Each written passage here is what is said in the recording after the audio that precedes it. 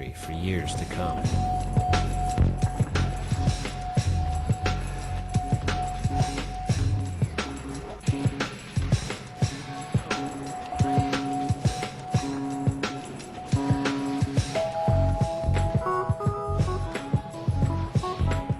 Natas already had a good idea of how we wanted it to feel, but creating the look of the shoe, as well as its advertising campaign, was a completely new experience for him. You planted a seed, like, someone's got to think of that. Someone's got to think of every last thing and think about what it does when you see all these things. That's trying to figure it all out, I guess. Natas brought his new skills and ideas to SMA, where he began laying out ads, designing graphics, and even managing the team.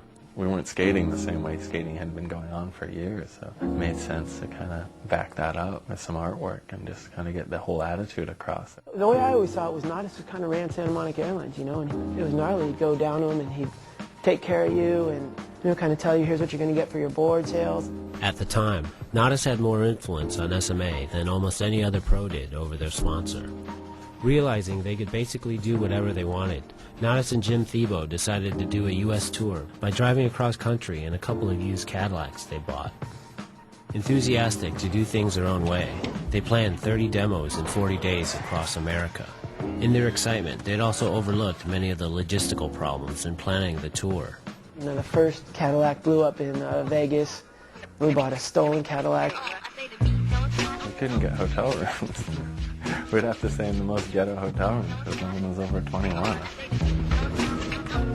The tour also included Julian Stranger, Mickey Reyes, and Alan Peterson.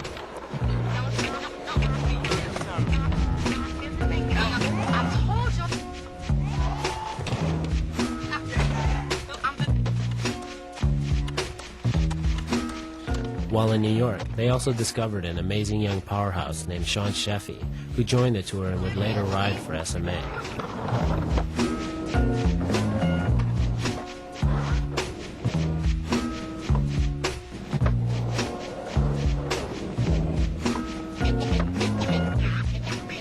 Although a bit disorganized, the Cadillac tour was a success and touched the lives of many up-and-coming skateboarders. And at a demo, we were rail sliding this box. Gino Iannucci's one of the kids holding up that box.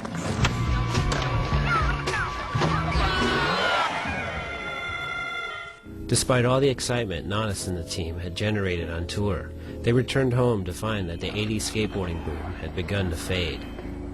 Undeterred, Natas continued to push SMA and himself to new levels.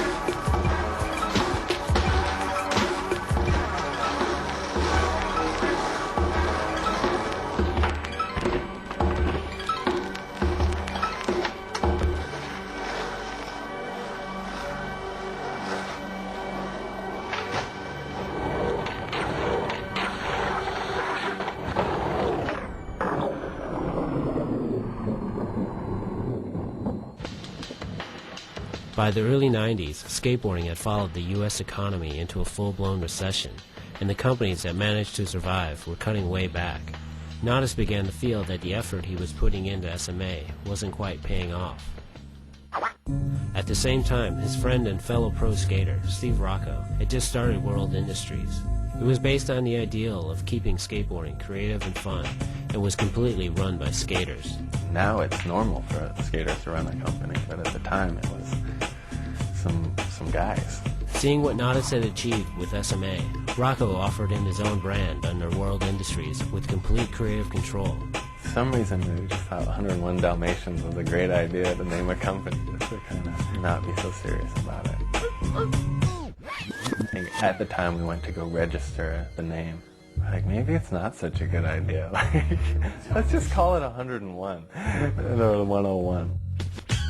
Over the next few years, 101 would become an incubator for Natas' artistic direction, as well as some of skateboarding's greatest talents.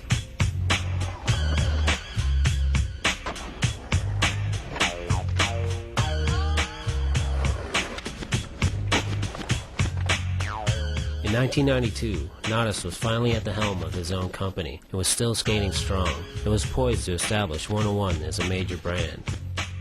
But a single injury would soon change all that.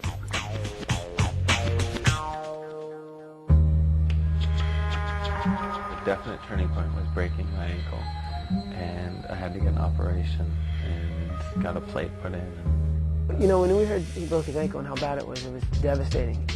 It was just the way skating is too, you know.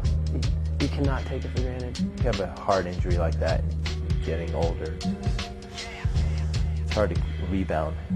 I was up for like a few months not skating, and at that time I bought a computer. It was a Mac 2 FX, top of the line, with a color monitor, a scanner, and a printer. And the whole thing was like 20 grand. And I just sat around drinking coffee and learning how to use it. With a new creative outlet, Natas found himself redirecting his energy from skateboarding to design work.